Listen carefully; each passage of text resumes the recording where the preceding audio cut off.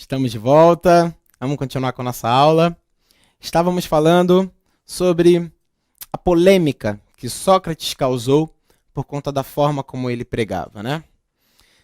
Bem, o não entendimento da parcela mais conservadora da sociedade ateniense vai fazer Sócrates ser perseguido. E ele vai acabar sendo levado a julgamento.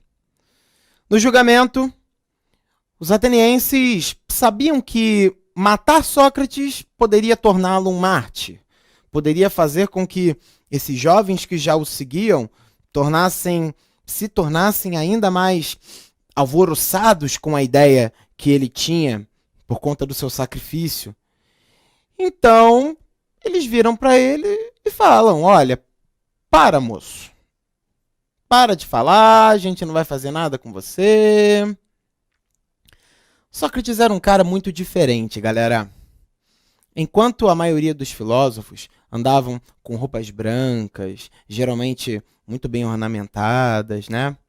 Bem cuidados, a beleza, o belo, era algo muito bem avaliado, era algo muito bem expressado dentro da filosofia, principalmente na Grécia, onde a beleza era uma das principais cláusulas de ser grego. Eu preciso ser bonito para ser grego. Sócrates andava descalço, com roupa rasgada, com cabelo despenteado, com barba mal feita. E ainda assim conseguia colocar dezenas, centenas de pessoas ao redor dele para escutar as suas ideias. Ele vira para os juízes ali de Atenas e diz a eles: eu prefiro morrer do que não pregar o que eu acredito. Era tudo que os juízes queriam ouvir. Você quer morrer? Então, pode morrer. A sentença foi a execução por ingerir um veneno chamado cicuta. Sócrates, então, pega o veneno, se reúne com seus alunos, prega, diz a eles o que eles deveriam seguir, a forma como eles deveriam reger as suas vidas. Ele abre o frasco e toma a cicuta e morre. A herança dele, a sua dialética, sua maiêutica, seu método socrático de indagação, de questionamento, de perguntas sucessivas, vão ser as bases da filosofia. Não só a filosofia antiga, mas a moderna, a filosofia atual. Ela ainda se baseia em métodos e práticas utilizadas por Sócrates. Platão, seu pupilo, vai fazer uso de todas essas regras aí. Ele vai utilizar a moral e a ética como conceitos para reger a sua sociedade. E por conta dessas coisas, Platão ele vai escrever uma série de obras chamadas A República. A República, ela nada menos é do que um livro utópico. O que é utópico? Algo perfeito. Tão perfeito que não tem como se tornar realidade. Bem, na República de Platão, são abordadas a forma como a sociedade deveria funcionar, as leis que a sociedade deveria ter para que ela funcionasse. E é a partir dessas ideias que vão surgir a famosa alegoria da caverna, ou o mito da caverna. O nome é o mesmo. O que era essa alegoria da caverna? Bem, Platão escreve no livro 6 da República que algumas pessoas viviam num regime subhumano, talvez pior do que o da escravidão, ao fundo de uma caverna. Todas essas pessoas, elas estavam de mãos e pés atados. Elas estavam, inclusive, sem poder locomover a cabeça, olhando somente para frente, para o fundo da caverna. Entre o desnível do fundo da caverna e a saída da caverna, havia um feixe de luz. A única coisa que as pessoas ali de baixo conseguiam enxergar. As trevas do fundo da caverna, elas eram tão densas que era impossível, inclusive, um homem olhar o outro. Bem, um certo dia... desculpa. Os feixes de luz que entravam, eles impressionavam muito os moradores da caverna. É que pessoas passavam dia após dia ali na frente, com carruagens puxadas por bois, outrora por burros, outrora por cavalos, carruagens que carregavam diversos tipos de coisas, às vezes feno, às vezes fruta, às vezes vinho. Pessoas diferentes, gordas, magras, altas, com coroa, com espada. A distorção da sombra dessas pessoas na parede da caverna era algo aterrorizante para os moradores, que nem sequer tentavam esboçar uma reação de fugir dali, devido ao medo que tinham dos monstros que habitavam fora da caverna. Um belo dia, um desses moradores consegue se soltar de seus grilhões e, pouco a pouco, vai saindo da caverna. A princípio, a luz da caverna batendo pela primeira vez, a luz do exterior da caverna batendo pela primeira vez nos seus olhos, lhe ardem os olhos e fazem com que ele os feche e saia vagarosamente. Quando ele sai, ele não entende o que acontece. Ele vê pessoas, ele vê formas diferentes, ele vê cores diferentes. Toda a concepção que esse cara, que essa pessoa tinha do mundo, foram renovadas de uma hora para outra. O mundo, para ele, eram trevas com feixes de luz. E essa era a verdade, a realidade desse homem. Quando ele sai, ele percebe que é tudo novo, que é tudo diferente. Bem, a alegoria da caverna, ela serve para mostrar para a gente, vamos dizer, uma concepção de compreensão, entendimento do que é a realidade. Vamos ler esse trechinho aí do lado. A alegoria da caverna é uma metáfora muito significativa da filosofia platônica, indicando a variedade de questões contempladas por Platão e, sobretudo, o universo conceitual que, em teses, temas são pensados. Adotando-a como referência,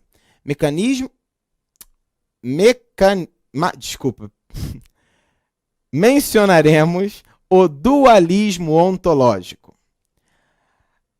a paideia platônica, em suas necessárias relações com a teoria do conhecimento, a cidade ideal, incluindo a dimensão ética. Percebam que quando o Platão ele faz essa alegoria da caverna, ele está querendo demonstrar 3 tipos de pessoas. As pessoas que estão dentro da caverna e que não esboçam reação de sair de lá. O morador da caverna que sozinho teve a autonomia de querer sair, de conseguir sair e ter uma nova compreensão de tudo isso. E as pessoas que lá habitavam, que eram simples feixes de luz e que nem se importavam com quem estava no fundo da caverna, mesmo sabendo que tinha gente no fundo da caverna. O Platão ele vai utilizar uma base de teorias para reger a composição da sociedade perfeita dele lá na República. E como era essa composição? Bem, ela era formada da seguinte maneira. Haveria 3 classes sociais. Vamos aqui do lado para mim. Vamos olhar como funcionariam essas 3 classes. Bom, a terceira delas, a gente vai desenhar bem pequenininho, seria formada por camponeses. Esses caras seriam os trabalhadores, portanto, seriam a base econômica daquela nação. Quais seriam as intenções? Quais seriam os afazeres dessas pessoas? Competição entre si, a criação de novas tecnologias para alavancar os alimentos. Em segundo lugar, um pouquinho maiores, estariam os guerreiros. Como o nome já diz, né, a gente pode já entender que eles seriam os responsáveis pelo militarismo. Seriam então eles os responsáveis por cuidar da cidade, fazer com que ela não fosse atacada, ficasse segura. Eles seriam os responsáveis por fazer valer a lei dentro de qualquer cidade. Em primeiro lugar nessa sociedade, regendo-a, e bem maior do que as duas outras classes, estariam os filósofos. E por que eles seriam o topo? Porque eles são os únicos capazes de entender a política como algo racional, de entender a política como uma forma de governo ideal e igual para todos, como a gente já tinha abordado antes. A gente não falou da alegoria da caverna? Olha aí os 3 elementos que a gente viu. Esse aqui, o elemento 3, as pessoas da caverna.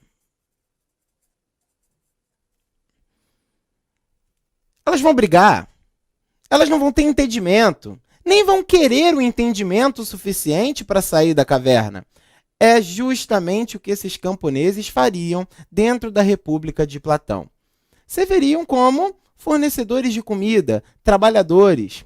Acontece que os camponeses, naquela época, tinham uma espécie de trabalho muito parecida, não parecida, desculpa, mas associada quase à escravidão. Viver nas cidades era o que faria você ser bem-sucedido, bem visto dentro de qualquer sociedade.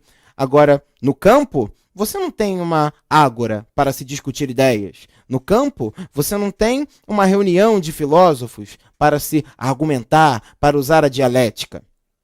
Os camponeses seriam essas pessoas. E os guerreiros? Eles seriam os feixes de luz. Sombras que ainda assim fazem parte da história, porém são distorcidas. Quase não fazem parte da sociedade. Pensam somente no seu próprio engrandecimento. Portanto, seres coadjuvantes. Agora, esses caras aqui, eles vão estar em primeiro lugar. E eles vão ser o moço que buscou a fuga, que buscou o conhecimento. Algo, pessoal, que é ideal, que é fundamental para o reger e para a concepção de qualquer sociedade. Junto com essa concepção política entendida e expressada por Platão, ele junta a chamada teoria das ideias. O que significa essa teoria das ideias? Bem, a frase aí do lado, o belo em si, dá mais ou menos uma pincelada do que seria esse formato de pensamento, do que seria essas teorias das ideias, essa teoria das ideias. Ela explica que dentro de cada um há um ser. Cada um é um ser. E cada um é também um não ser. Nós temos antagonismos dentro de nós. Não falamos do amor e do ódio, por exemplo, como algo que se completam? Pois bem, a teoria das ideias seriam complementos dentro das mesmas bases. É possível o amor amar mais? O ódio odiar mais? E o belo em si? Como assim o belo em si? Bom, cachoeira, praia, floresta, lugares belos. E isso é uma concepção quase universal, né? Eu ainda não conheci ninguém que acha uma cachoeira feia, mas pode ter gente que acha. E só a cachoeira é bonita? Só a água caindo é bonita? Ou as formações rochosas, as plantas que se estabilizam ou no cair das águas, ou no baixo dessa caída, ou lá em cima? Bem, o belo em si vai ser argumento que, junto com a teoria das ideias, vai formar o que a gente vai falar já já. Vamos para mais um intervalo e a gente já volta.